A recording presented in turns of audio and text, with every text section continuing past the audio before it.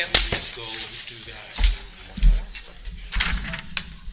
All right, so I'm gonna, 7:01, I'm gonna call the Board of Education to order and invite everyone to join us for the Pledge of Allegiance. Pledge of allegiance to the flag of the United States of America and to the republic for which it stands, one nation, under God, indivisible, with liberty and justice for all.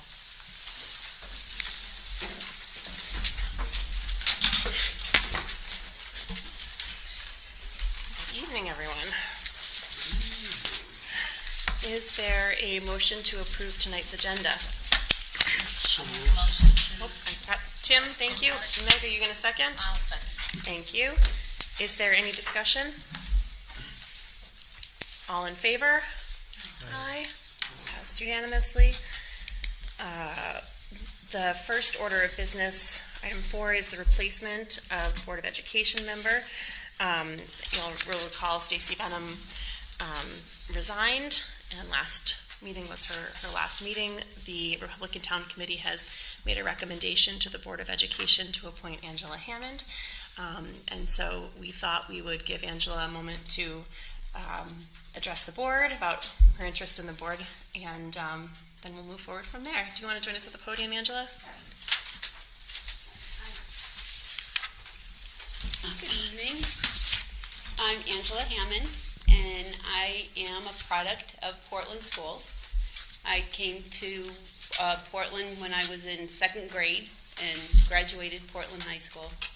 Made a lot of friends, very small community, but beautiful community, very tight-knit. I have friends all over town that I'm still friends with, and I really encourage everybody to attend Portland schools. In my career, after graduating Portland High School, I did IT work at Aetna for over 30 years. Started my way right up the ranks and really enjoyed doing change management. And I think there's a lot of change that's happening here in town right now, and potential changes that will need a cheerleader.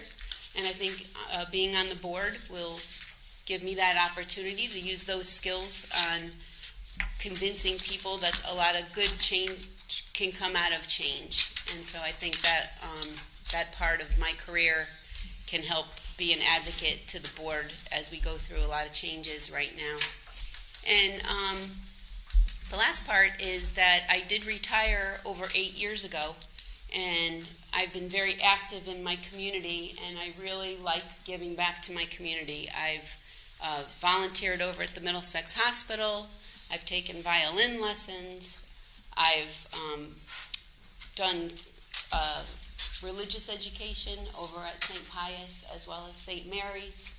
I've taken up pottery, all different types of things that I think just help keep you moving in a good direction of encouraging growth in your spirit as well as in your skills.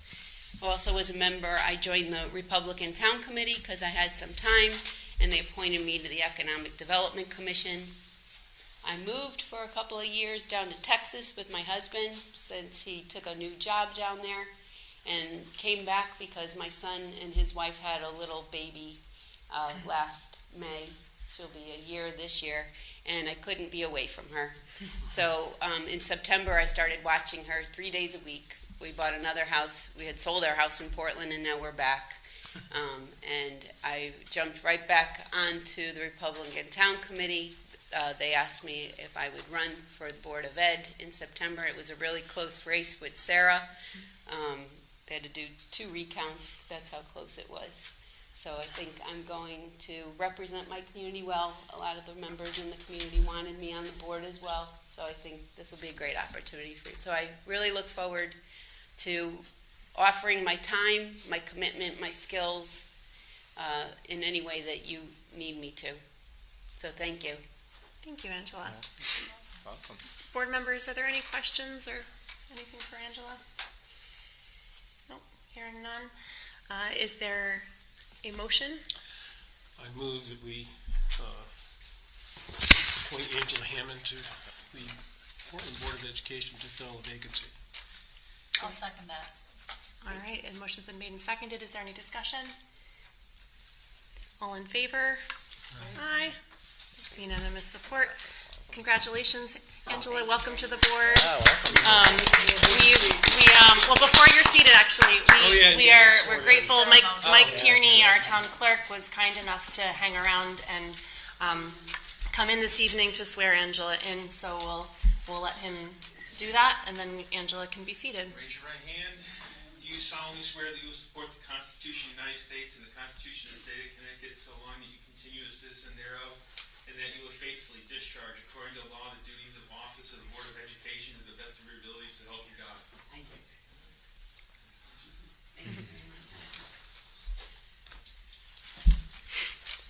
Love democracy. Well, and, even though we're elected locally, we are, agents of the state and federal government. So, Congratulations. Thanks so much for coming in, thank Mike. you, We Michael. appreciate Thank you, it. Michael. And we'll give Angela a minute to be seated, and we will get you a more official-looking name tag eventually. But Meg was kind enough to draw one up for you. Thank you very much. All right. Thank you. So we're going to move along with our agenda, but Angela, we're not going to leave you hanging. I know that Charles has a full orientation planned for you, Friday, and busy day. Friday. Yep, Friday. right. Yep. So we'll be Excellent. good. All right. Welcome. Welcome. Yep. We're going to move on to the approval of the consent agenda. On the consent agenda this evening, we have approval of the March 5th, 2024 Board of Education meeting minutes and approval of caring for classroom teacher donations to Gildersleeve in the amount of $8,577.85. Is there a motion to approve the consent agenda? I'll make a motion to approve the consent agenda. Thank you, Kim. Is there a second? I'll second. I do have one correction. I had the wrong date for the correct meeting, and I'll give it to Tricia, but it's tomorrow, not the 21st, Okay. In the meeting in minutes. the meeting minutes. Yeah, by the way, Tricia's here. She's online. Oh, So okay. she heard you. Yep. All right. Yep. Great. Is there any other discussion? Nope. All right. All in favor? Aye. I believe that was everybody. Here we go. Excellent. Audience of citizens, do we have anyone with us in person or online who wishes to address the board at this point? There's anybody online? All right, there'll be a second opportunity later on if anyone changes their mind. Next item is the Portland Public Schools Spotlight, and this month is Board of Education Appreciation Month. Don't you love it? All right, so. Charles, you're going to embarrass Yeah, us a I'm little going to bit? embarrass you guys a little bit. So, we just said, it's neat. I love democracy, like seeing this, you can take the oath and join the Board of Education. I'm struck by an email that Meg sent out from CABE, which we're reminded that the most elected officials in Connecticut are Board of Education members. 1,400 of us. 1,400 of It's a you, huge right? number. And that's neat. And I see, boards of education in terms of the functioning of democracy as the closest to those that you represent. Right? Like this is really, truly the purest form of democracy in terms of representing the will of the voters. And I also want to say that I understand how much time you all put into this and how much effort you put into this and how emotional and the care that everybody on this board has and the stewardship you provide and all the great things you do for our students. And you probably don't hear it enough, but it's easier for people to complain about you, but I know the vast majority of people appreciate everything you do, and I do. You're a wonderful Board of Education, and as I count my blessings, I thank you for your service every single day. Now, enough about me. I think we have some people here who want to recognize you with some gifts and we have a video for you, but I would like to introduce you to Kelly Eckert, Kennedy Eckert, Carolyn Martinez, and Ellie Helier. Right? Do you guys want to come on up? Dr. Britton, it's Callie. Callie, I'm sorry. Thank you. These are some of our finest students. They have some presents for you. Do you guys want to hand those out and talk a little bit about them? Oh, thank you so much. Oh my goodness, thank you. teams. Now, look, do you guys want to say what's in the gifts, or do you want me to tell everybody what's in the presents for them?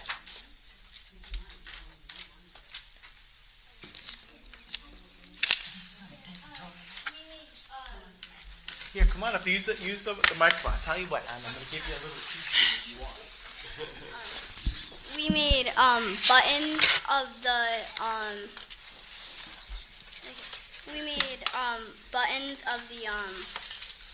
the symbol of the seal.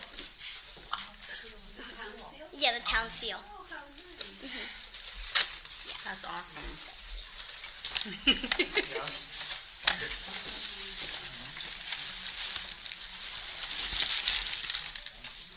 So,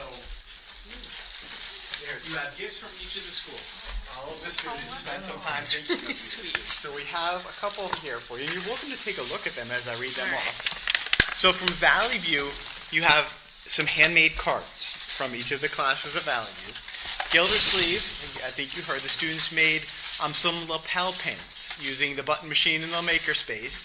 And they used Google Drawings to size and design, and then cut one of the designs and assembled the pin using the button machine. Is that this itty bitty tiny one here? there I gotta it is. see. Gotta take a look, of course. I think I found the little button.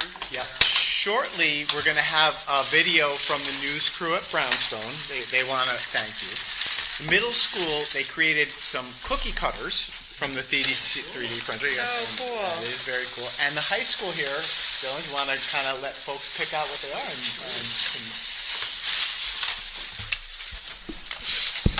So unfortunately, Mr. Richards and the students who designed the ornaments were not able to be here tonight as they're hard at work on the sets for the musical.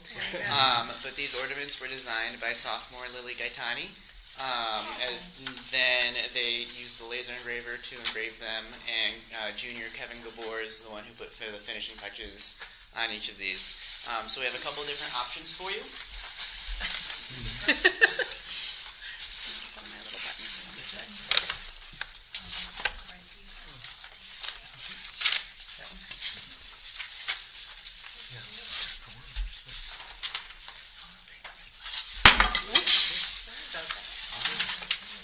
Oh man, those are gorgeous, huh?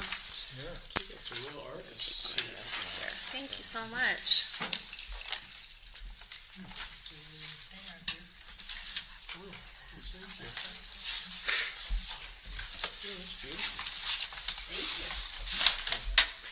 These are really cool. And Dylan, I think we have a video from Brownstone. If we can, if you guys take a look at our.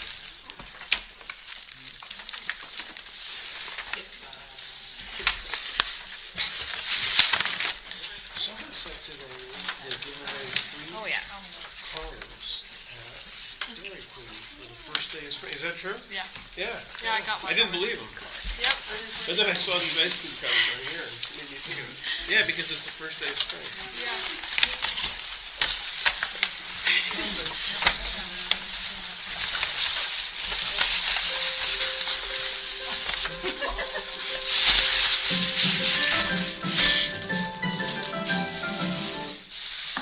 Good morning, business. Today is Wednesday, March 18th, 2024. I'm Derek. And I'm Bobby. And this is the Biz News. Happy belated birthday to Patrick Riley in 6th grade and Roman C. in 5th grade. Today's weather will be a high of 48 degrees and cloudy. Lunch today is an all-beef cheeseburger on a whole grain bun with french fries and fruit and vegetable garden bar. Your daily alternatives are crispy chicken salad with a whole grain dinner roll, chicken Caesar wrap, and fun on the run bagel meal. Don't forget to submit your answer for Mr. Savinier's problem of the week. Answers are due today. Also, don't forget to buy a yearbook before the time runs out. Forms are in the office. Here's today's precept. Be the person that could smile on the worst day possible. Kate. Yeah. What do you think that quote means? I think it means spread positivity even when something is not positive. We would like to take this time to thank the Portland Public Schools or the Board of Education members.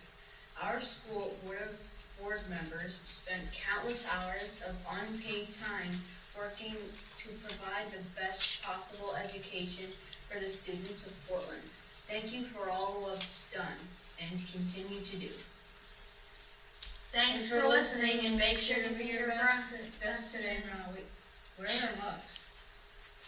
Oh yeah. Yeah, guys, we can. You can't. We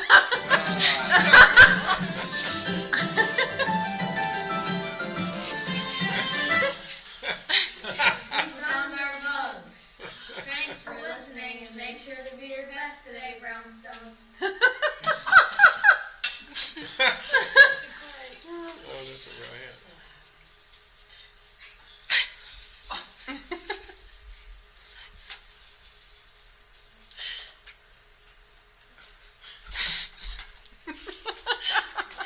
Is that what the poor kid looks like?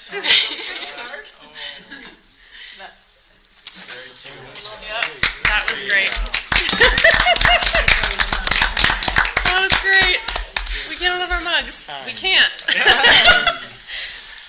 Well, again, thank you for everything you do. And every day, in my opinion, is Board of Education Member Appreciation Day. I know that you challenged some tough things this year. We have some more tough things to get through, but it's a joy to work with all of you, and hope you can enjoy your mom. Thank you, Charles. And thanks. And maybe we Thank can let you them all. know. So Thank you sweet. guys. Thanks to all the kiddos who were part of putting that all together. That was really Tricia did a nice job. exceptionally sweet. All right. Okay, we are going to move along to our student representative report. What have you got for us tonight? I got a lot, actually. So, the high school music department is traveling to Disney on April 10th to attend music workshops. Students from both band and chorus have the opportunity to attend, and besides the workshops, they are also able to visit all 4 Disney parks. Since this trip happens every 4 years, students could not be more excited for this excursion. On March 28th, the annual sophomore class auction is taking place in the high school cafeteria. Mr. Bernard, Mrs. Larson, and the class officers have been working extremely hard to ensure that this event runs smoothly. They have organized raffle baskets, auction prizes, which I heard includes a TV. They have also called numerous surrounding businesses to ask for donations. Next week, workshops will be held so that the finishing touches can be made. Next Wednesday, students will be taking the SAT and the PSATs. This test will look a bit different this year, as this is the first year for Portland students where the SAT is fully online. Additionally, AP tests are up and coming. Students have begun preparing for the tests in their individual classes. These dates vary and are scattered throughout May. This Friday, March 22nd, is the long-awaited date where the students are performing the musical Matilda.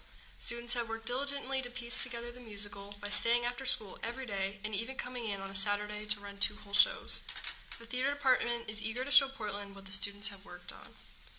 Recently, DECA students have competed at the state level where numerous students placed and have received the opportunity to travel to Anaheim, California to compete at nationals. We wish them the best of luck with their presentations. Leading up to spring break, there will be a Spirit Week and a spring pep rally to celebrate the new sports season. All spring sports have officially begun and their seasons are now underway. Thank you. Any questions? How are the ticket sales for Matilda? Do you know? Good, apparently. Oh, all right. I also believe you can buy tickets at the door too, but it's online, so you get your ticket online and then you show it to them. Yeah, looking forward to it for sure. Friday. Thank you. Yeah, I'll be there Friday too. See you there. Excellent. All right, communications and updates. Dr. Britton. All right, so few resignations for you. First, you'll see in your packet, Megan Franklin, one of our paraprofessionals at Gildersleeve, has resigned. We wish her all the best and thank her for her service. Also, Nicole Ringette, our special education teacher at Gildersleeve, has also resigned. So again, we wish Megan and Nicole all the best of luck in their future career pursuits. All right. And I'm assuming you're continuing the exit interview protocol. Indeed, yep. Right. So that's a great reminder. So since the policy passed, these are our first two. So I've been doing exit interviews right along, and I will share that feedback with you. So the feedback from the exit interviews, as a reminder, goes to the Personnel Committee, and then the Personnel Committee can share out or summarize it and as part of their normal reports. And I think the Personnel Committee coming up, I got to check, but I'm not sure that we have a date scheduled, but we have a lot to do. I know that we have. if we don't, we probably need to get one scheduled. Yeah, I would agree. So that for sure, I'll get you that feedback for sure. Looking forward to it. A couple of other things I did include in your pack. I thought you would see this was interesting. Some feedback from the Connecticut Association of Public School Superintendents. This was part of the testimony that was provided at a public hearing in front of the Education Committee, with CAPS again advocating for more excess cost funding, right? And I thought it was pretty interesting, the list of all of the districts and what we're looking at in terms of what full funding from that grant would look like versus what we're getting now at that 70%. And what's really interesting, again, if you take a look at that number, that is just about our deficit. Yep. Right? So it's amazing, right? Like, you know, that, and we're not alone here. This is a hue and cry that's out there very widely across the state, but reducing that this year and increasing the threshold has put not only us, but a lot of districts in a pickle. Now, we're working on it. You know, it hasn't gone away, but, you know, we're doing everything we can. But I thought that this was important for you to see, so you understand some of the context when we talk about excess costs and threshold and what 70% looks like and what full funding should look like and in between. And Angela, your head is probably spinning from a lot of this. As part of your orientation, you're going to sit down with Stephanie and Dawn. But this is something really important in terms of our budget. And we believe that some of our state funding that has been reduced over the course of the years is the chickens are coming home to roost in some significant ways for us. But we'll bring you up to speed on this. So I thought you would be interested in that information. That's why I included it there. Yeah, thank you for that. All right, so a couple of other things I just want to quickly bring you up to speed on. Last week, our Portland team, we went to I think it's our fourth Science of Reading cohort. It was at the Marriott in Bristol. It was excellent. So I really want to thank all of the teachers and Eric and Jessica and Ryan and our whole team from Portland. We represent well when we go there. Really thoughtful questions. Our speaker this last time was on the strand of the Science of Reading rope that has to do with best practices with respect to how students develop a robust vocabulary. Really insightful, really interesting information. I'm really glad that we joined that. We have one more to go, and then we will be presenting our literacy plan to the state. And certainly that's something that Eric can report out on and share that with you, as he has all year, in terms of our adjustments to the Science of Reading, which is well underway, but we still have work to do with respect to that. That happened last week, and things are absolutely heading in the right direction, and I'm very proud of Eric and our whole team for those efforts. Our PDAC committee, again, I want to give Eric a shout out and thank him, met yesterday and is reviewing a draft teacher evaluation plan. As you know, lots of changes have happened with flexibilities during the pandemic and otherwise adjustments to what was generally, I believe, a flawed teacher evaluation plan from the get-go that was a little bit bizarre in how it was designed and changes that were made to it at the last minute that didn't make it the most effective. But the state law recently changed, and we are encouraged to develop a new teacher evaluation plan. We're in the final phases of that. I think we will have that plan for you, the Board of Education, to review, and I'm not sure whether that should necessarily go through personnel or curriculum. Probably personnel, I'm thinking, but I would love Board Subcommittee to get eyes on it, and then probably a first reading in front of the board. I'm going to say sometime in May. So that process is well underway. You have a great PDAC committee. They're working really hard on it, and I'm impressed with the draft I've seen so far. It's not perfect yet, but we're getting feedback, getting input, and I think we're going to be bringing to you a plan with some really good consensus behind it.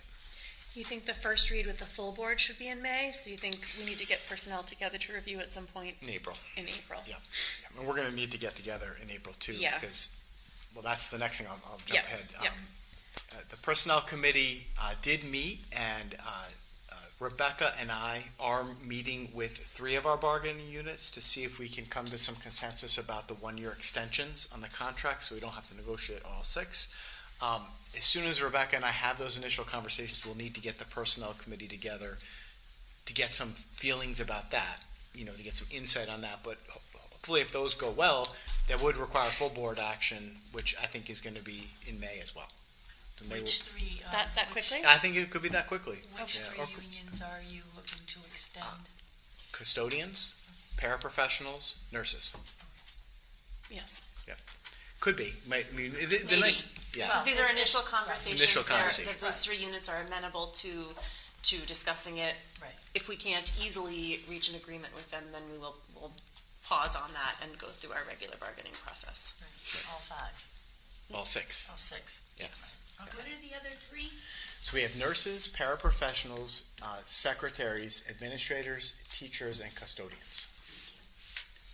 And just so you're aware, Angela, all the contracts are on a 3-year cycle.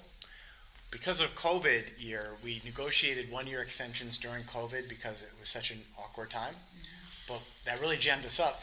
2 years ago, we had to negotiate all 6. In 1 year. In 1 year, which was a lot of nights out, a lot of discussion. So we're hoping to get back on the 3 and 3 cycle. In order to do that, we have to negotiate 1-year extensions, and we've identified these 3 bargaining units and have engaged our board attorney and the personnel committee in starting the conversation. If we can get there and negotiate an easy 1-year extension, I think there's some sense that would be a good idea to get us back on a manageable schedule. If we can't, that's okay too. It will just be a very busy year. It's also a more affordable schedule in terms of spreading out our legal fees, our negotiation fees over the course of 2 budgets instead of 1. So that's the hope, but we'll see how that goes. Yeah, and part of your orientation, I'll show you all the contracts, and we won't read them or go into. There are a lot. You'll see by taking a look at the contracts how much work goes into both the language, the salary schedules, the step increases, the wages, the benefit packages. It's a lot. It's thick. So, Thank you. of course. Okay, just in terms of budget, last Tuesday I presented at the public hearing, the hearing. If you remember, usually we would have a board meeting, we would have broken from our board meeting, gone and done that, and then come back. This year it worked out so that meeting wasn't scheduled the same night as a board meeting, so it was nice. Ryan presented and I presented. There were 0 questions at the end of it. That's usually how that goes. I don't quite know how to interpret that. I wasn't offended. It's okay. When everyone who shows up was part of the budget process, That's right. there just aren't a lot of questions. There aren't a lot of questions. Yeah. I wasn't offended anyway. So, the budget workshop was supposed to have been right after that. So that was supposed to have been last Wednesday, but because of an illness, it is now tomorrow night. So Stephanie, Dawn, and I will be presenting, going kind of line by line with the Board of Selectmen through the budget tomorrow night, and that continues the process forward. And that's at 7? 7 o'clock. That's at Foreman? 7. Yep. At Rock Foreman, yeah. That's right. Okay, I have 2 more things. First one is not such a good one. All right. So the snow has melted. Not this past weekend, but the weekend before. If you remember, the snow melted, and we had that really rainy, windy day, right? Well, we came in after that with the snow melted and that rainy, windy day, and took a look at our tennis courts. Ugh. Oh, no. Ugh. If you don't believe me, you should, in the daylight, feel free to go take a look. They're a wreck. Okay, the cracks in them have got larger because obviously the snow and ice got in them. And what happened was 5 years ago, the district spent, I don't know, 6 years ago, to give you the exact date, sometime 5 or 6 years ago, the district fixed them by putting like a membrane on top of the courts and then painting the membrane. That membrane is now torn and ripped up in many places on the courts. The first 2 courts closest to the building are the least damaged. The second 2 courts farther away from the building are not good. And the back 2 courts, back where the track used to sink because of the fill, are horrible, right? So it's not a good, pretty situation from a general use perspective. They're not ready to be used right now. There's bad and there's good news. I'll start with the bad news. The bad news is, to fix them the right way, you need to do the same tension thing that we did with the track, which is in the millions. A lot of money to rip it up, put it together, band it the right way, and do what we did with the track to make it work. So the bad news is that there's not a cheap and easy way out of this for the long term. The good news, though, is that Bob Shea immediately got on the phone with vendors and had them come out to say, what can we do to fill some of these cracks, fix the membrane as best as possible, and get this back together. From what I understand now, the two courts farthest from us are not subject to being repaired in this sort of fix it so we can use it kind of way. But the four courts, the two courts closest to the building and the two courts in the middle, for about $8,200, which isn't a bank breaker, can be the cracks filled, the membrane put back together and painted in a relatively quick and expedient way. By that I mean the next couple of weeks we can get it done. Right? So there's still an opportunity to salvage the courts for this year's tennis season so the kids can practice on them. It's difficult because that we'll have to have our tennis tournaments, our meets away, because you need 6 courts to run the meets. And it's not the best because when the courts crack and move apart, the lines that mark in or out are they change, right? So it's not really like a regulation court anymore. Like what's in would otherwise, if the court wasn't cracked, would be out, if you're thinking of that matter of inch and a half. Are you following me? Are the cracks that thick? Oh yeah. Oh jeez. The cracks are good, 3 to 5 inches. Holy cow. Yeah, they're significant cracking there. But the courts can be used for practice. For practice and for community And just use. understand when you're calling the ball in and it's on the line, it might otherwise have been out, right? We're going to be aware of that. And they can be patched up so that we can use them at this $8,200 expense in the next couple of weeks to get this going. But the meets will have to be away, and we have another longer-term capital challenge ahead of us in terms of getting all the courts post and being tensioned to where we are. When were they made or last time maintained? Yeah, good question. So the courts were put in the same time the track in, I think that was 2002, right? So we're coming up on, 21 years, and generally that's about the lifespan of these types of things. So the track... No warranty from the original? No. What we've learned with our experience from the track is that what we really need, and again, we don't have in this year's budget, but we should, is a track fund. Like we should be putting aside, $20,000 to $40,000 a year for 20 years, so that when you come up on that cycle, you have some seed money.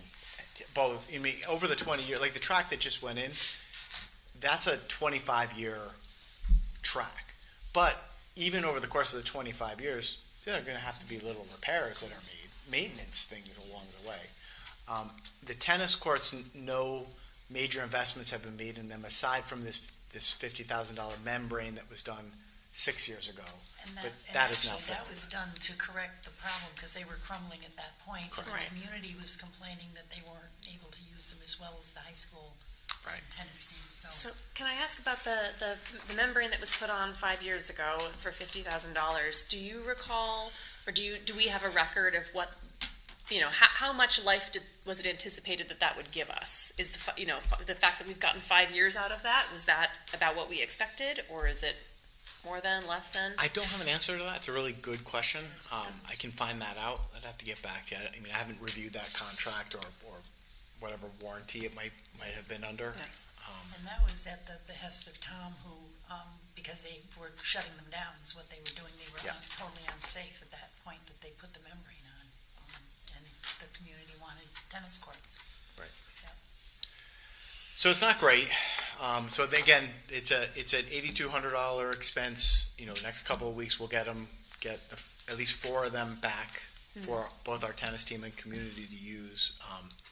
But it's a longer term challenge for sure. Gotcha. So can I ask, like, the spring season started yesterday, so tennis team is practicing in the gym for now? Yeah, so I talked to Frank. What we're going to do, I think they were playing pickleball or something, like kind of exercising and getting in shape.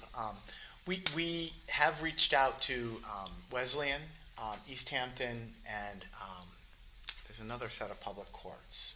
We may be in a position where we need to transport the tennis team off-site while we get this done. But it is going to affect their meet schedule. It's crummy, but there's not going to be home tennis tournaments. We'll have home track meets, but... So that's this season, and then what are we looking at next season? That'll be the question, right? That's the $1,000,000 question. How many children participate in tennis? We have 16 girls on the tennis team. The boys, we don't have a team. Our boys co-op with East Hampton. Is this cost and the potential transportation something that has to be worked into the budget? Yep. Yeah. Could we co-op with East Hampton for the girls' team this year? I think we have too many girls right now. We have enough for our own team. Longer term, that's co-oping is something we've done before. If we have enough interest, we should have a team. We just got to figure out whether we transport them to other places or use the 4 courts to practice and the meets away. I think that's our short-term solution. But again, I got to be honest, we've only been working on this problem for about 7 days now.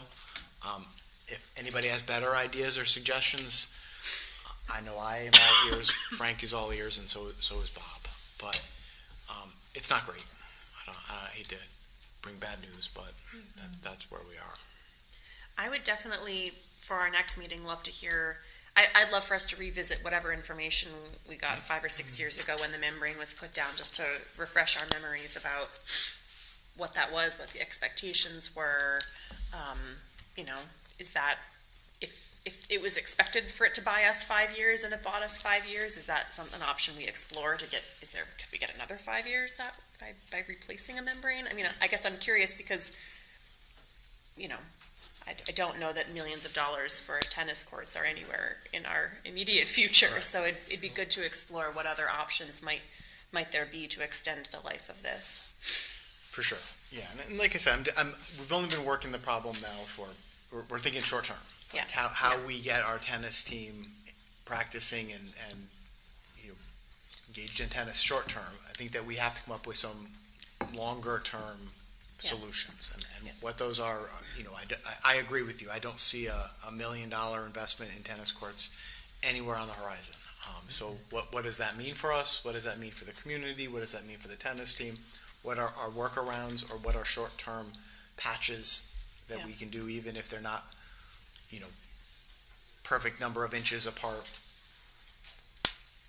in and out lines. So down at Brownstone, that was the site of the old tennis courts. Yeah, the cage. Is it possible that the blacktop down there is suitable to do something with in the long term and not have to do the floating courts that we did on the track? Just because that is water, that is an area of water, springs, whatever, degrading the surfaces. Yeah. Again, whether that's a medium-term or long-term solution, I think that all ideas are welcome and on the table. I don't know that I have. Sure. Hard yes or no on that. I mean, the other thought is the company that did it for 5 years, if they said, "Hey, this is probably only going to last 5 years," could we spend another $50,000 and get another 5 years? Exactly. That's what I'm thinking. That's kind of what I'm getting at too. Yep. That's exactly what we're exploring now, is what shorter term solutions would be. Understanding that a $1 million investment's not something that I think is realistic. Is it also possible to get a breakdown of those 16 girls of what grades they're in? Because if the majority of them, 40% 14 are seniors, and we only have 2 that are left. Sure. Just curious. Yep, I can take a look at that. If there's interest moving forward. Yeah, I think what we did learn 5 or 6 years ago is that there is a tremendous amount of community use of the tennis courts as well. So similar to the track, the students and the school benefit, but the broader community does as well. And I think that both with pickleball was right. Are there pickleball tournaments that have started up or anything? No, so this year there was and I think it was going to be on the 2 courts that are farthest away. Oh no! Yeah. People are going to be so changed that. disappointed. Right, to line them and get a net that you can move, so that if you wanted to come up and play pickleball, you could do it by putting the net there, and then when you're done, you could put the net back and people could play tennis on it. And I think that was in the works for this spring, lining the courts and then getting. I think Park and Rec was going to get the net. Okay, not a huge expense, and then a nice feature for the community to have. But in terms of whether that yielded tournaments or how much play that was going to get, I think we were all interested to see. It was a new partnership that was moving forward based on a lot of community outreach and requests, both to the schools and to Parks and Rec. Correct. And there's nothing at the new park with the splash pad as far as tennis or pickleball courts? I think these courts are the only ones in town. Does that also mean that maybe there's a cost-sharing opportunity with the town if communities are using the space? Absolutely, Bob. Stephanie and I have been in touch with Tom. Tom came up and walked them today and agrees that, I think Tom was disappointed because, he was here with the 50,000. But he recognizes that they need some work and, we can't play tennis on courts with cracks in them. Or pickleball either. No. So, I think the town is prepared to partner with us on getting at least this $8,200 fix done. Mm-hmm. Sounds good to me. All right. I'll keep you posted. I know that's crummy news, but thanks for the update, though. All right, and then the last one. I know Dawn's going to come on in a minute, but as you know, Angela may not know, Dawn is our Director of Student Service. She is retired this year. So I'm in the process now of organizing the selection committees. So as a reminder, when we choose administrators, we have 3 committees that work independently of each other. Each committee is going to have somewhere from 8 to 10 board members, teachers, parents, students, anybody interested in contributing to the process. I like having 3 committees because then up to 30 people can participate in this as opposed to one committee that might have 15 or 10 or whatever. The 3 committees you'll have Committee A that is going to be chaired by Kate Lawson. This is the paper screening committee. Kate will meet with this committee, calibrate what we are looking for in terms of people's resumes, certifications, cover letters, letters of recommendation. When people fill out applications, they're often asked to provide their vision statements, or we can ask them to provide any other things on paper. That committee will meet with Kate, calibrate, and then you'll get to see all of the people who have applied for the position with the goal of selecting, I'm going to say somewhere between 5 and 7. Could be fewer, could be more, but I think that's the sweet spot. Candidates to recommend to an interview committee. The interview committee is going to be chaired by Ryan Wallstrom. The interview committee will meet, develop questions, develop a rubric to score the candidate responses, talk about what we're looking for in terms of calibration in those responses, and then the interview committee will interview face-to-face the people who the paper screening committee has recommended. The interview committee will then winnow down to 3 to 5 candidates who, or somewhere in that neighborhood, who we'd like to do a performance task for us. The performance task could be any number of things. Design a professional development program. I know that there are no lack of things in terms of skills and write a letter to the community. Here's a problem of practice. Could be any number of things. I don't want to say what those are. I think that's what the performance task committee should get together and brainstorm ideas about what the performance task would be. That committee is going to be chaired by Eric Martin. I would love it if all of the board members were able to commit the time to one of those committees. You're all welcome. If you can't, I totally understand. If you'd like to, email me, please, and let me know which committee you'd like to be on. Paper screening, the interview, or the performance task committee, and I'll get your name to the committee chair so that they can get the teachers and parents and you all involved in that. The idea is that through that 3-committee process, they then recommend a candidate to me, hopefully one, but I would take up to 2. I would then recommend a candidate to you, and then ultimately that candidate would be approved and need to be subject to a vote, hopefully unanimous vote by the Board of Education. So it's a pretty comprehensive process. I'd like to get that going in April so that sometime by the middle of May, there's somebody for you to meet and talk with at the board level. So first, as you leave tonight, if you're able to commit some time to this and want to serve on one of those committees, shoot me an email, let me know which committee you want to be on, and obviously meetings will be scheduled and we'll go forward from there. Great. Charles, do you know is the intent to kind of have one day for each of these? They wouldn't span many days for like the interviews would just be scheduled. I think we could one knock day these off in one day. The interview committee might be the one that would be multiple days, depending on how many folks make it through the screening committee. I think what I imagine the screening committee would be is you meet, you calibrate, then you're sent off with lots of things to read, and then you might get back together after you've had a chance to score them. So that might be, a meeting, or you receive the information and some instructions, and then meet to kind of review who's made the cut, right? And then the interview committee, 1, maybe 2 days. Same with the performance task committee, 1, maybe 2 days.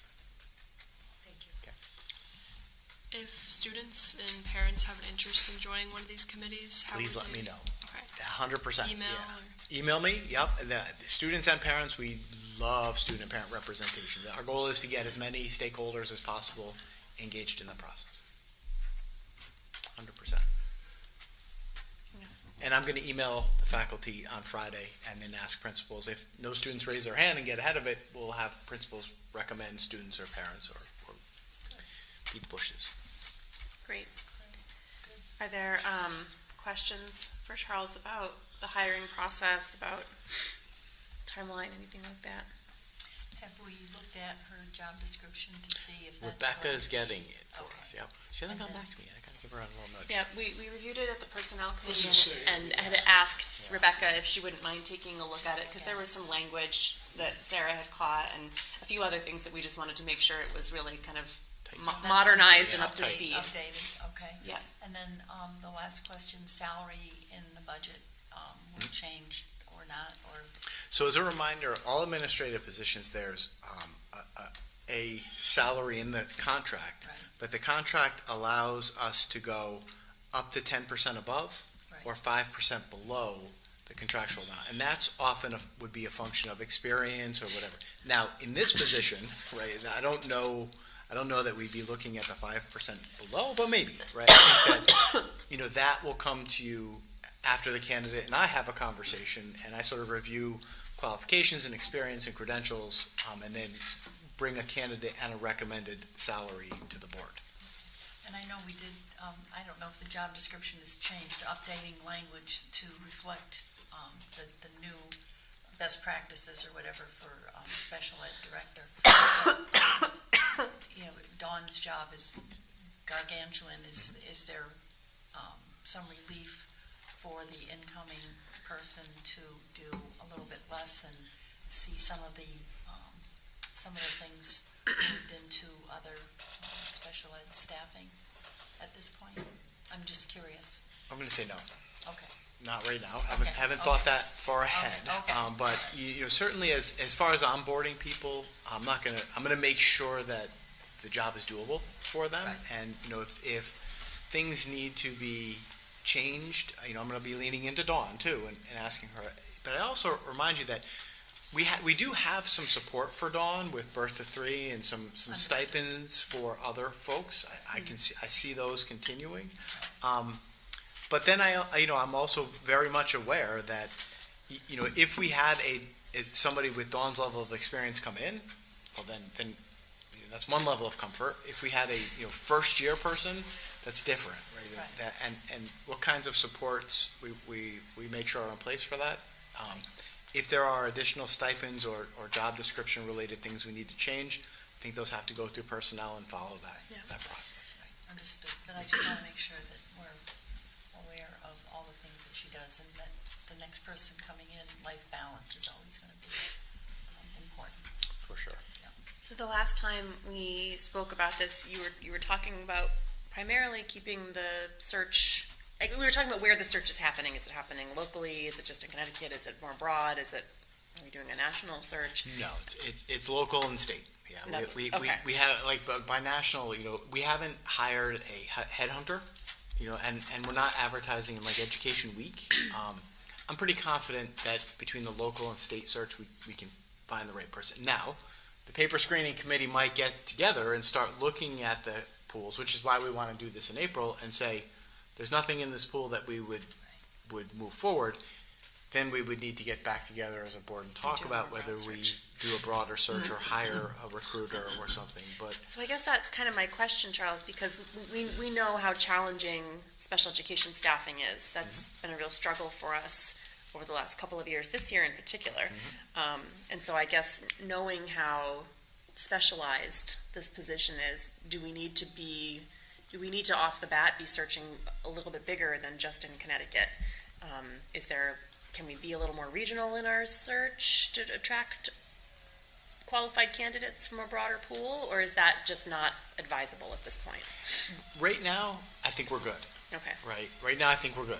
Now, I think that's why we need to get the paper screening committee engaged very quickly. All right. Because if the paper screening committee meets the first week of April and says, Not good, then we'll know. Charles, this is a disaster. There's either no candidates or those that have applied don't even have the right certifications or qualifications. Then yes, we would need to spend May, June, and maybe into the summer being more creative. But if the paper screening committee gets together and says, hey, there are some fabulously well-qualified people here at the local or state level, let's go through the process. I think that is what we would lean into that screening committee to help determine. All right. Is Dawn participating in any of this? Nope. And does she have any people in mind that she's recommending? Nope. No. Yeah, no, that's definitely not part of our hiring practice. Okay. The people leaving can certainly put bugs in my ear or serve in an ex officio way, but it hasn't been part of our practice that the outgoing person helps select the incoming. Okay. It's a little awkward. Yeah, I've never seen that in my career. I'm not sure if that would be a violation of labor laws or whatever, but it's just not, in my 20 years, I've never seen that either. Yep. This is also, I will say that this 3-committee process is, I think, kind of unique and has worked really well for us, I believe, over our last several administrative level hires. That it means we get a lot of different eyes on the candidates, a lot of different people asking questions and vetting our candidates, and a lot of input, and I think that's been valuable for us as a district. In terms of the more people that have input into that selection, the more buy-in and support you get for that person in terms of their entry. Yeah. So I think it's great. So anybody who wants a seat at the table, let me know. All right, well, thanks for the update on that. Any other questions for Charles regarding the hiring committee work? Okay. You're all set? All set. Okay. Did you want to provide an update on the meeting with DAS, or do you want to wait on that? To the meeting on. The meeting that we had with DAS last week.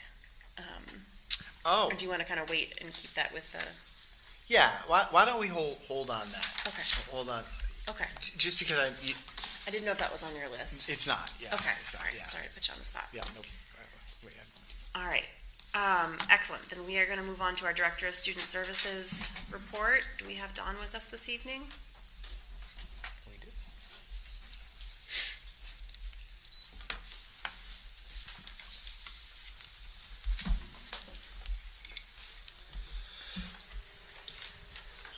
There we go.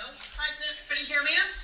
We can hear you, but we can't quite see you yet, Dawn. Give us a minute for the screen to warm up. It takes a minute to load, yes. And you're not missing much. I've had cataract surgery this morning, so I will guarantee you I am in comfy clothes. And the hair is not done, so you're going to the hello, everybody. Can you see me now? Yep. Yes. Hello. And notice I'm not wearing glasses. Isn't that exciting? Ah. Uh-oh. So anyhow, you will get this written update from, it looks like we froze. No, we're good.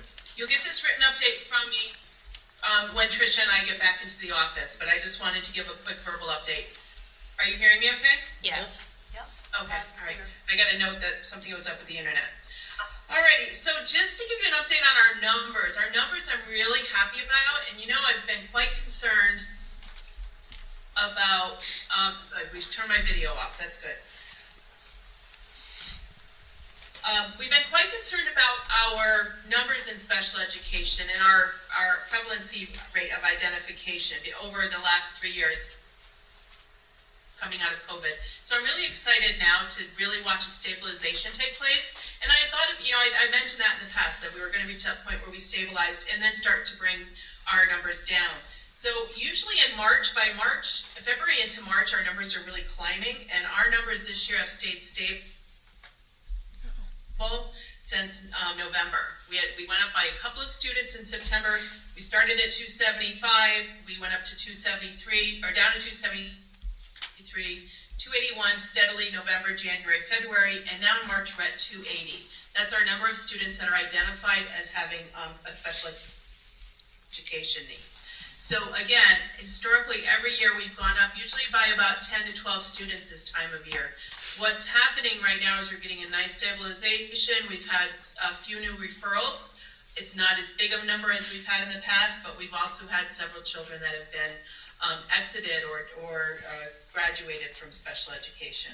The other number that I'm really happy to report is our outplacement status has changed. Last month we were really nervous with 24 students in outplacements. We have dropped down to 23. Down to 21. And what that means is we went down by 4 from 24 to 20. And then we had a new outplacement that we knew was coming, and that took place as well. So last month, again, we were at 24. That's the highest we've been in quite some time. And that includes a lot of outplacements for social emotional to come back down. We're down to 21. Everything else is very stable from where it was last month. We have 65 students in our special programs. We have 4 students in magnet schools that have special education needs. We have 13 students that are pending identification, and that does not mean that they will all be identified as special education. They're just going through this process one way or another. And then we have 115 students with 504 plans, and that's up by 1 from last month. And that one student happens to be somebody that was on an IEP and was able to be back down to just needing accommodations, and they're now on a 504 plan. And then the last number I usually report to you on is our EL students, and those are our students who are identified as multilingual learners. And that number is actually down by 1. It went from 54 to 53. And I just want to speak for a moment about those students. I really want to commend Julie McGovern as our ML teacher. She did a really nice job from just January, February, and into March to get all of our lost links testing done with our students. And that means all of these students that are identified that are still in the testing process, that means there are 1, 2, 3, or 4 on that assessment, have to be individually tested in 4 categories, and then those results are scored by the state. Of those, we were actually able to have 5 students exit classification, meaning they met with a 4 and they were at a 4 or at 3 or better in their reading and writing. So 5 students exited.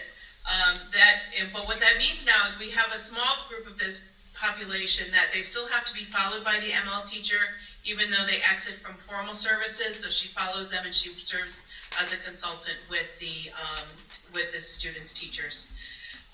Julie and I met last week. We went over her, the scores. We were really happy to see the scores, and even though we only had 5 students exit, we had many other students that made growth of at least 1 point in their categories. And Julie, in addition to Julie, I really have to commend Ryan Wallstrom and Tracy Graff at Gildersleeve School.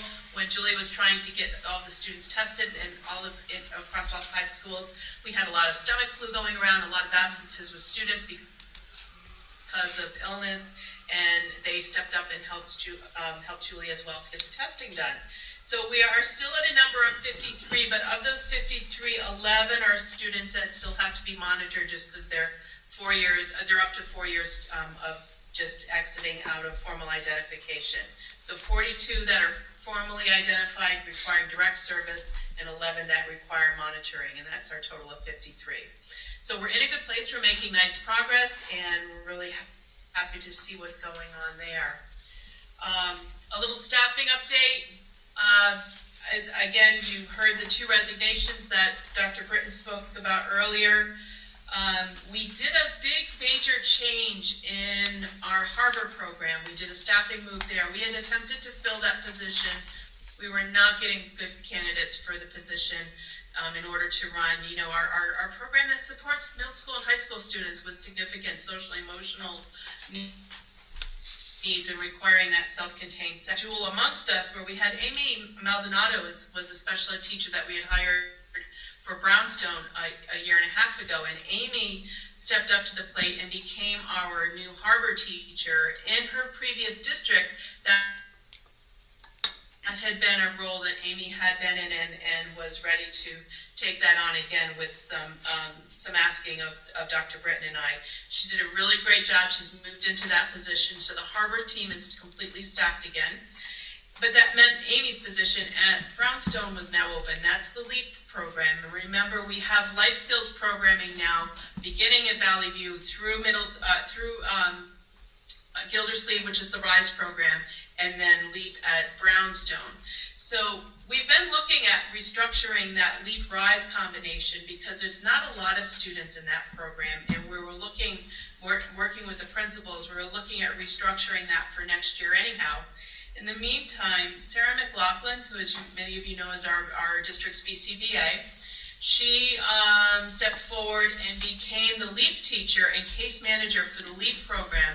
And we're able to work that out that she's able to do that in the morning, and then case management and instruction for those students is handled by the other special ed teachers and gen ed teachers and paraeducators in the afternoon. So Sarah's splitting herself in 2, which Sarah often does in her normal role as a BCBA. She shares her talents around all the schools, but what she's doing is she's spending the mornings at Brownstone as the LEAP teacher and case manager, and then in the afternoon she's completing her BCBA duties. That does mean that other case managers at Brownstone and Gildersleeve are stepping up to the plate. We've done some case management movements for some of our students. Ryan and Mike have done a nice job of helping oversee that movement in each of their buildings. So as we do in Portland so often, we're making that wonderful lemonade out of some lemons we were dealt. We were dealt some issues, and we've been able to move that staffing around. I really do appreciate what's going on with all of those movements. And our newest hiccup, of course, we have the RISE program. Ms. Rangette has resigned, and so we're in the process of interviewing for that position. So that's, again, I just, one of the biggest things I'm going to miss when I retire in June is the can-do-it attitude that we have in Portland, that people see that need and they just step forward, whether they're an administrator, a teacher, a paraeducator. People just really step forward, and I think we're truly blessed over that. The last thing I want to talk about as far as new programming or new ideals is our look at chronic absenteeism. It's something we've been looking at as a district, and we are moving forward, started with the mental health team and also with the administration team, as far as being able to look at chronic absenteeism through the lens from the central office. And what that means is we've been really polishing our tools and our talents as far as being able to monitor the data for attendance and take a look at working individually with families when there's a significant attendance issues with a student, for whatever reasons, whether it's health or it's home issues or school avoidance, whatever those obstacles are. We've been doing that nicely on a student-by-student basis at the school level, but now we're looking at some support to build in from central office. So there'll be more to follow on that coming next month, but I just wanted the board to know that we are addressing this and looking at it through many lenses and partnering with what's going on at the state level. You've seen the advertisements about, encouraging kids to be in school. We need you here. We want you here. This is where you do your best. And so we're really picking up and running with that in Portland. And then the final thing, I just want to give you an update on transportation concerns. And really this is around the special education transportation. We've been talking about this for a couple of years now. But I just wanted to make sure that everybody knows some of the things that we're doing, working with M&J Bus Company. Right now, the biggest obstacle we have is our small bus. Historically, just to remind everybody, prior to 2 years ago, we had our own buses in town. We had the two small buses. They were driven by Portland staff members. And we did a lot of our specialized transportation in town, and some of our specialized transportation going out of town as well, with the small buses. A couple years ago, we sold those buses and we turned all of that contract over to M&J, and there's still some obstacles with only having one small bus. We've gone from 2 to 1, and we're continuing to look at not just cost-saving measures, but also ways that we can make sure that we have children on the bus as little a time as possible. And that's some work that we're doing. And this is a big combined effort between Dr. Britton, myself, Stephanie from the business standpoint, and Nancy Bordenaro as our transportation person from M&J. So we're working on this, and we're just, we're exploring and really trying to think outside the box to make sure we get students transported with the least amount of time as possible on buses, but still staying within budget restraints. So that is my report tonight. I apologize you don't have it in writing, but you'll have it in writing when, like I said, when Trish and I are both back in school. Any questions? Yeah, I have one, Dawn. The absentee rate right now, do we have kind of a benchmark where we're starting 10%, 5%, 25% of kids not showing up on a regular basis? Or how many absentees in a week at the various schools? Do we have that data? We're really looking more, not so much at the percentage rate for individual students, but the highest, the students that it's impacting their education the most at each building level. So the building administrators for the central office look they will be putting forward students that they really want the help with, or that they really want us to look at from a central office lens. But as far as our numbers, this committee kicked off work by looking at both this committee as a mental health team, as well as the administrators, kicked off by looking at our chronic absenteeism numbers from the state, from last year and of course moving into this year. But I don't have any hard numbers in front of you as to what our each building or each grade level or anything is at that point. I can prepare that more for next month, especially as we roll out what our next steps are. I'd like to see that. I think the board would, only because if that's the basis for improvement, I think it would be good to know that. If there's, 20 kids who don't show up from pre-K 12 every month, if it improves, then, obviously we'd like to see less absenteeism. I'd like to see those numbers. Yeah, and we do have baseline. I'm sorry, Meg. Yeah, we do have baseline data. I'm just not prepared to share it tonight. That's fine. But that's the whole premise of this committee, is because we do have that baseline data that we need to address. Thank you. And we spoke briefly about this last month when I looked at our school performance, from all those indicators that we get that report card once a year. And our chronic absenteeism is not astronomical, but of course, anything that is difficult, we want to make sure that we're improving upon. Right. Okay. Thank you.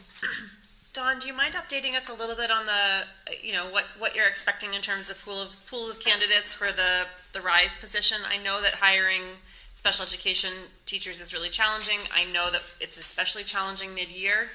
Are we expecting a decent pool of candidates? Are we expecting that this is going to be a challenging position to fill? And if so, do we have a plan B?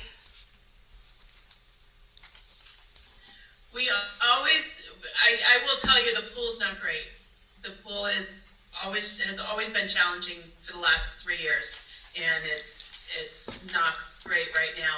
We are optimistic that it will become better over the next 2 months, this month and next month, because this is when a lot of teacher prep programs, the students are exiting and they're finishing and being able to look at jobs.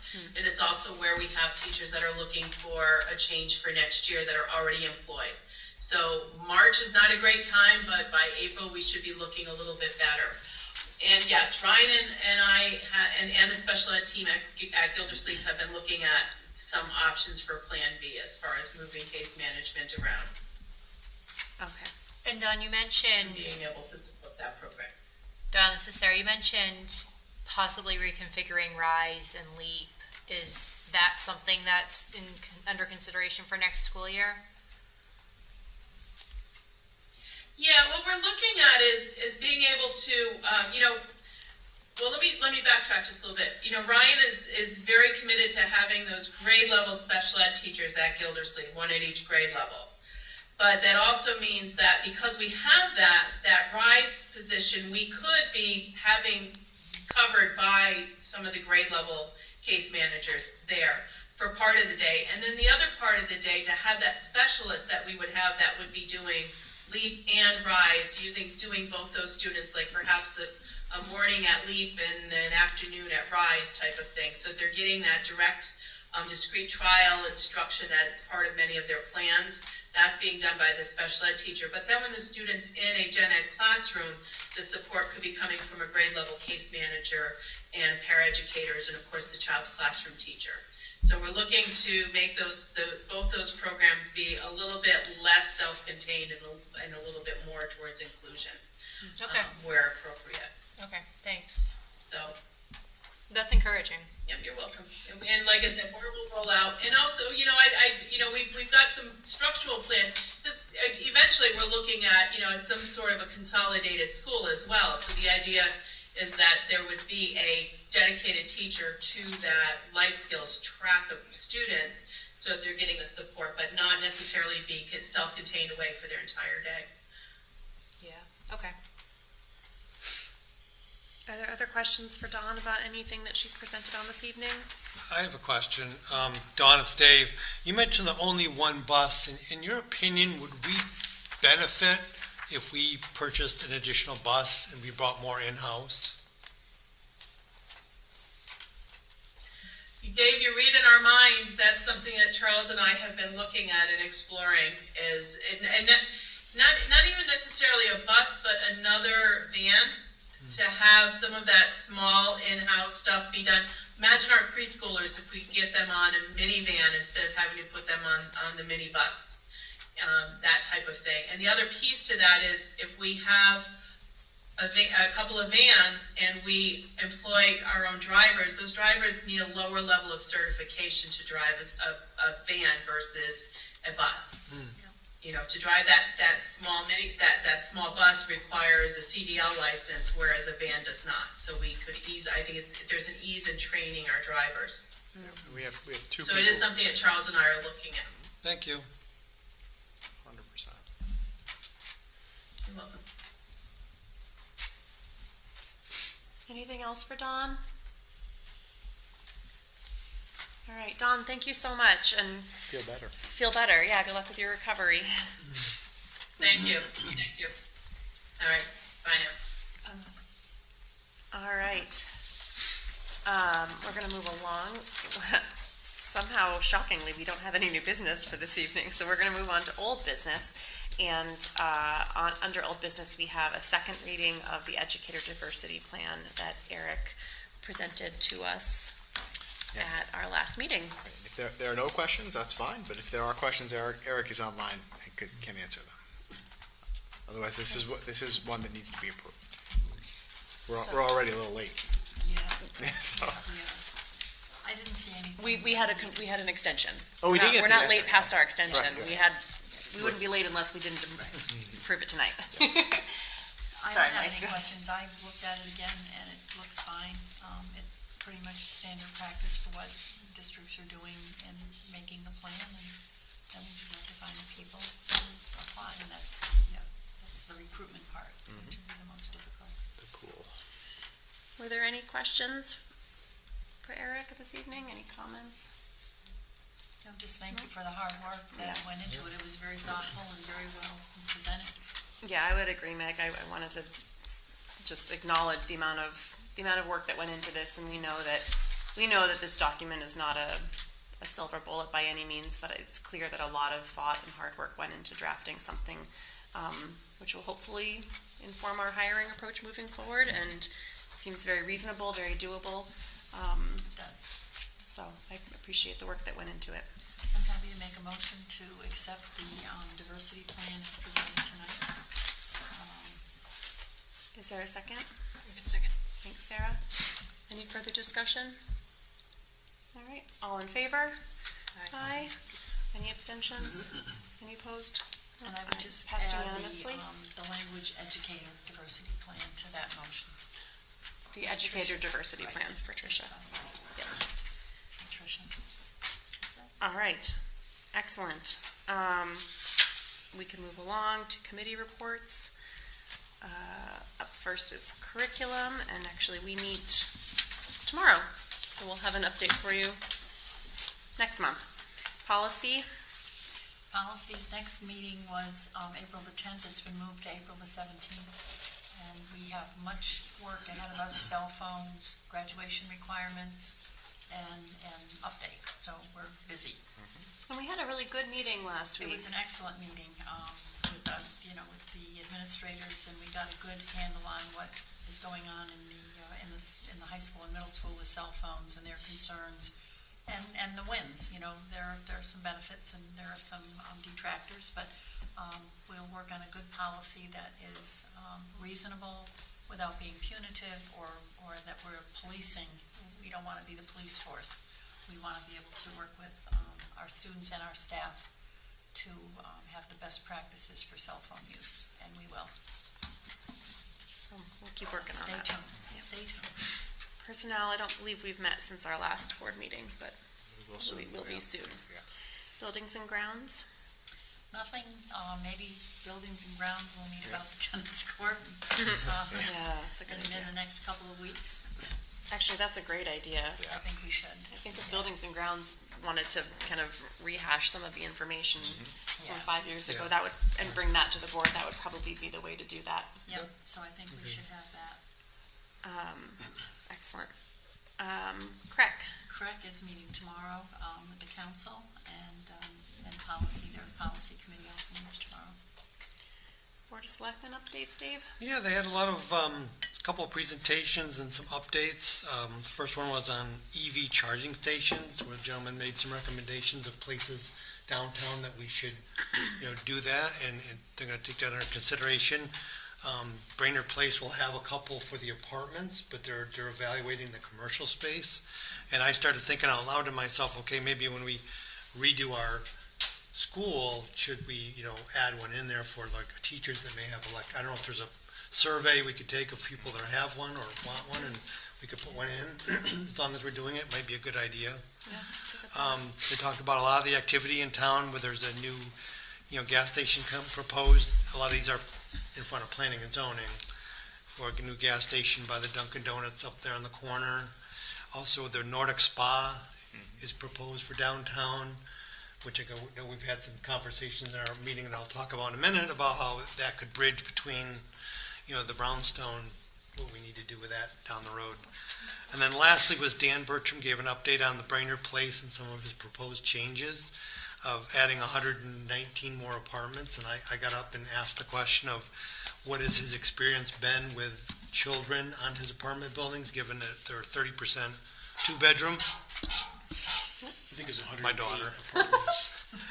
Pardon? I think it's 108 apartments. 108, okay. I thought 19, but.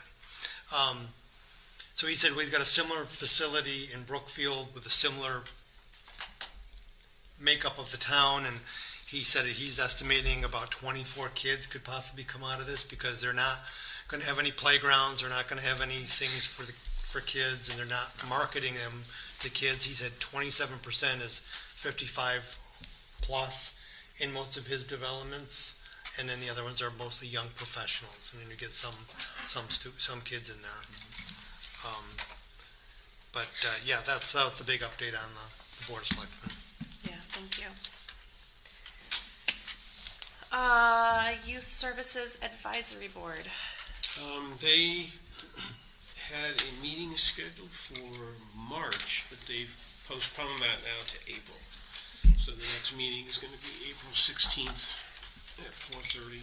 And the Easter egg hunt is on Saturday, I believe. That's right. I don't, I'm not in the loop on that one. Yeah. It is. It's at the new park. Yeah, it's at the new park. Yep.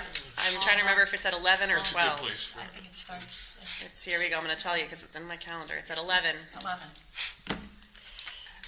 Also, anybody that's cleaning out their books to bring them to the Friends of the Library on Saturday as well, so. That's right, yeah. I'm gonna be in two Library drop-off places. there. All right, Equity and Inclusion Coalition. Our next meeting is April 15th, and Eric does send out a monthly inclusion newsletter. So this one for March was on Ramadan and Women's History Month, and those are always filled with great resources and information. So if you haven't read that yet or taken a look, then take a look at that. Yeah, thank you. Land and Building Usage Committee. Dave, you all had an eventful meeting last night. Well, back up a little bit. The committee actually toured Gildersleeve and Brownstone on a Saturday before, Yep. which was very informative for a lot of the committee members that had not been in the schools or had not been in many years. And quite honestly, I learned something every time I go there. I did not realize how deep the land went until we all walked to the very back. Oh, yeah, it goes way, Yeah, I never had a need to go back there. I It didn't goes all realize. the way over to Prospect, right? Yeah. Like, Right, yeah, yeah, to that the little whole- path out to Prospect. It's awful wet back there. Yeah, did you wear There's hip also a lot of boots? poison ivy too. Yeah, there was one in the- section that was kind of squishy, and then but when we got beyond that, it was pretty good beyond that. So there's one band of After a that. good rain, it's very squishy. My grandkids used to walk from their backyard to the playscape, and we needed boots most of the time. So I was thinking it was very good for us to walk it, and again, I think our committee is very diversified with construction and planning people and people that could offer some real life examples and ask the right questions, and they saw things that I wouldn't see with steam boilers and roofs and things like that, and structures and all that stuff. So that was good. And our first meeting that we had last night, we jumped right in, and I think everybody is very aggressive in wanting to move forward quickly, realizing we have a lot to do in a very short amount of time. So one of the things we identified at the end is we want to have more meetings sooner so we can get some of this work done. Great. And then the flip side is we realize we need to bring in some expertise because we don't have it in certain areas, like a commercial real estate person and some developers to give us some ideas of what they could envision. Is it apartments? Is it condos? Is it a new housing development? What could it be? And then lastly, Kristen, the committee chair, brought up a good point that there are a couple architectural firms, I think she said, that specialize in taking old schools and turning them into other things. Mm-hmm. So she's reaching out and going to connect with them, and we're going to try to get some of these people not only to our meeting, but maybe beforehand, get them into the schools or the property and take a look, so we're not delaying that effort. And Bob's graciously said, hey, anytime someone wants to come over and visit or take a tour of one of these professionals, he's willing to do that. So again, good news is, everybody's hit the ground running, and we're excited to move quickly, but a big challenge ahead. Yeah. Do you know when your next meeting date is? It is April 15th, I believe, but we already have a tentative April 1st and April 8th as possible special meetings based on what we can make contact with some of these professional people, Okay. get them in and get some of their knowledge, if they can get into the schools by themselves, and then come to one of the meetings and report on, or if they want to come to a meeting and just, hey, what are you looking for? type of thing. So we've already started with a, hey, let's maybe get 2 more meetings in there if we need them. You can always cancel them, but we're going to do that right now. Great, thank you. Any questions for Dave about that meeting or their work? No, but I would just say that I was very impressed with the group, and they were all really assertive and came with ideas. There was not one person who didn't have suggestions for what to look for or contacts that they have. And I was very impressed. And the fact that they're going to look at Gildersleeve pros and cons of what could be used and where, what could be done. Also, the asbestos and other remediation that has to be done for some of that stuff. They're going to look at that and get a better number. So I thought the committee was really good last year. Yeah, and that brings up another note. It's great to get people that from diverse areas because they bring up ideas and something I never thought about. This one gentleman when we were at Brownstone brought up, but he reiterated it last night, was some districts when they have short for space for like park and rec and stuff, because everybody's going to say, we're going to lose some park and rec space. Maybe we build a smaller steel structure and use that as a flex space. And you can put a basketball court in there. You can use it for arts and crafts. You can different things. So that's that thinking outside the box. Nobody wants to spend money and build a building, but we don't all want to keep a school open just because we need gymnasium space type of thing, or we need a little bit of space for the park and rec activities, when we can maybe, hey, take that money and put a nice newer building on some of the land we already own. But that's just part of a thinking outside the box mentality, which I think is good.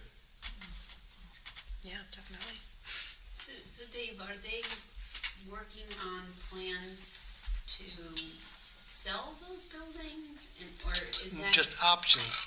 It's going to be everything's on the table. Everything's right on the table, and that's what we committed to with the survey from Blue Horizon. That the town people want to know, what are we going to do with these 2 schools if we repurpose them? And I think Gildersleeve's a one process, and Brownstone's a different process, although they're both going down that path because there's more land and there's more work to be done to make it into something feasible than Brownstone. But it's, hey, do we knock the building down and keep the land? Do we sell it to a developer? Do we, knock the building down and sell it to a developer? All the different options with some kind of rough cost and possible revenue. Because the other thing is we may want to see if we can get, several $1 million for it, and then we can use that to update some of the things in Brownstone and keep that into I'm making this up, town hall or a park and rec and town hall and senior center and food bank, and there's lots of people with lots of needs, but that's all got to be vetted out. I was surprised because one of the things that came out last night was what the value of the land and the buildings are for Brownstone, and actually Gildersleeve's land is more valuable, and the building is as well, but it's not a desirable piece of land. And Brownstone being the older building and having less land, but I was really surprised at what the value on it was like $3 to $5 million for the land and the buildings really for both sites. That was surprising to me. Whether we ever get that, you don't know, but it'd be nice if we could get that for Gildersleeve and put that into Brownstone and do the updates, and then we got this thing that we can use. And are they also considering that if they do the big rebuild on Valley View, they're going to need a place for those children? Oh yeah, that's already been, Charles has vetted it. This is probably not going to be for 3 or 4 years that we can do anything with them until we get the new building built and occupied. Yeah, swing space is what. Yeah, swing space. That's the point. Yeah. Thank you. Yep. All right, thanks for that update. Did you have any? Nope, I didn't I'm interrupt good. you, did I? Okay. All right. Lots going on. Thanks for all those updates. Yep. We're going to move on to audience of citizens. Do we have anyone with us online who wishes to address the board at this point? Doesn't look like it. Okay. All right. Any takers, Jen? Yeah. Okay. All right. We'll move along to Board of Education member comment. So why don't we start over? We'll start over here. I won't put Angela on the spot first. Sarah? Yeah, I got to go to Gildersleeve's Literacy and Art Festival this evening, and that was wonderful. So kudos to the staff at Gildersleeve and the PTO who worked tirelessly to run the book fair and Mrs. LeBrecq Nelson doing the sing-along for the second graders. It was just really wonderful, and I appreciate our staff who put these on for our school families. Nothing. Welcome to Angela, Oh, and, yeah. and I appreciate the board that we have, and I continue to work together, and we have a lot of work ahead of us, for sure. Just a quick note on Cade, they had their day on the Hill, and Charles alluded to the ECS money. The Board of Ed members showed up on March 13th. We met with our own legislative people. People went into the LOB and met with their local legislators. We met with Doug McQuarrie, Jeff Curry, Senator McCarty, and Senator Bethune, and they all came, understanding where Board of Eds are at. Our message to them is keep the promise. We were promised money to kind of fill that gap for our budget shortages that we are all facing, and we expect to not be pitted against early childhood needs with some of the money that was going to be siphoned off to go to daycare and to early childhood. We are united. We're educating kids from 0 to 22 now, and we need to make sure that the state understands that they can't pit each group against each other, special ed kids as opposed to kids who are not in special ed. We will continue to send that message, and we had a press conference. We had lots of kids, and we were rocking the LOB up there on the 13th. It was really powerful, and I think we are a voice to be reckoned with, 1,400 board members, so. Thanks for being a part of that, Meg. I'm glad you Well, were able to and be you're there. all a part of it too, so, even if you don't show up, I take all of your wishes and all of your good thoughts and ideas up to the state capitol. Angela, any comments? All right. Tim? Welcome, Angela. Nice to have you on board. We miss Stacy much, but tremendous having you here. And I was just going to say, I went to the art show. I think that was last Friday. Last Friday at the last library. It was delightful. What a beautiful show. I mean, there was some artwork that was just, and I'm always impressed by what I see there, but there was, in particular, there was some artwork there that was just really tremendous, and it's just great to see. It's just great to see. I believe it's still up. I think, they continue to have it up Yes, for a while. maybe for another week or so. I don't remember the date, but if folks should check it out. It really is. Yeah. It's beautiful. There's some portraits there that were done by one of the students that were just Yeah. so realistic. The actors, and Walter from. Really good. We just got done watching Breaking Bad, so I really appreciated Walter, and it was so intense. It was so really nice art. A lot of impressive art there from our middle school and high school students. Yeah. Kim.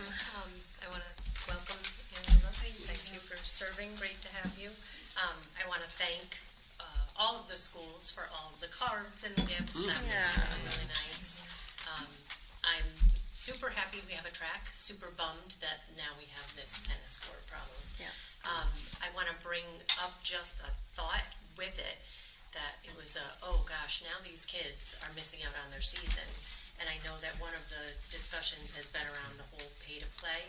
So something to consider with that idea, that what happens in this situation when the students are now definitely not getting the season that they anticipated. So something to keep in mind. Eric's equity newsletter that you were talking about, I have a coworker who lives in Ellington, so she's shared with me for years when things come out. I do want to point out, Eric put that link in there to that Seeds of Civility and all of that, and that's some great work that I would love to see us try to incorporate here in Portland. Agreed. And then I'm excited and disappointed I don't think I'm going to make it to Matilda, so congratulate everybody on their hard work for that, and I'm disappointed I don't think I'm getting it. Let's say break a leg.